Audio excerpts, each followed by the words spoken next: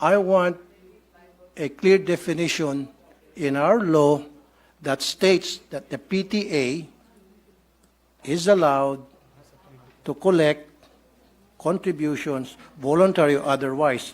Saan po sa ating konstitusyon, saan po sa ating batas.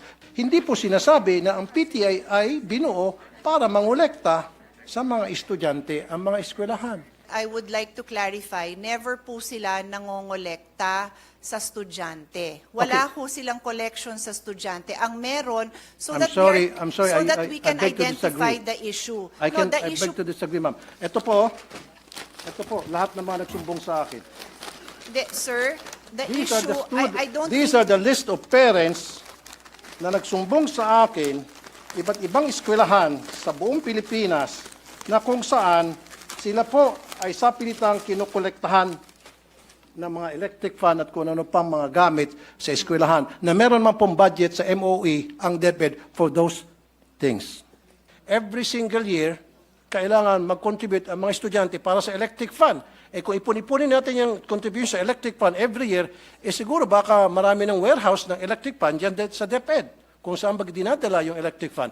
My question also, Mr. President, Your Honor, di ba meron pong MOE para dyan sa electric fan na yan? Ba't kinakailangan pa pagbayarin yung mga estudyante sa electric fan, sa jobos, sa pintura, sa bond paper, maging sa, ito pa po, sweldo sa security guard, sweldo sa janitor, pati ba naman sa kuryente.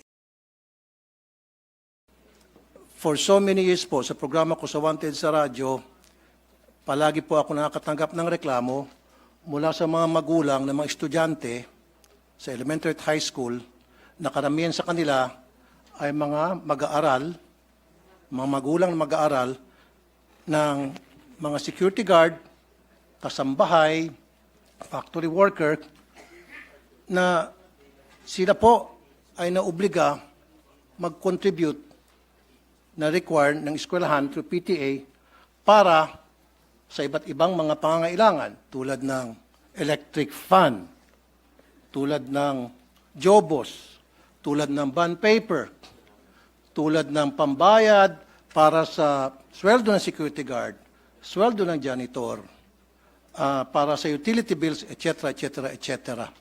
Na hindi po dapat dahil meron man po talaga budget ang DepEd dyan through the MOOE. Now, paano po nakukolekta itong perang ito? Para magkaroon po tayo ng idea lahat. Ang nangyari po ay dinadaan sa PTA, Parents Teachers Association. Now, pag-start po ng school year, nagpapatawag po ang PTA ng General Assembly.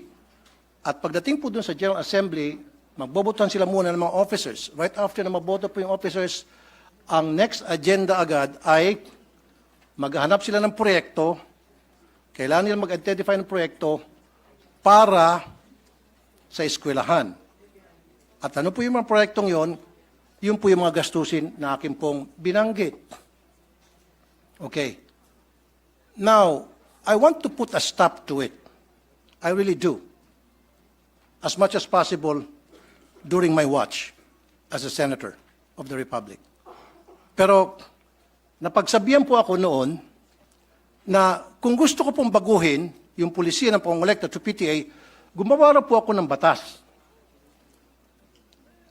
Now, I don't have to dahil nakita ko na po, very clear na sa akin, na meron naman pala talagang batas. Kaya lang, yung batas na yun ay hindi na-implement. Republic Act 4206 noong 1965 na enact yan, which prohibits collection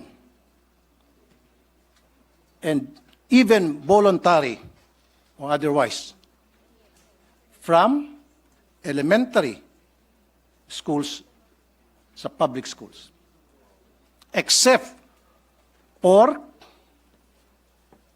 Red Cross, except for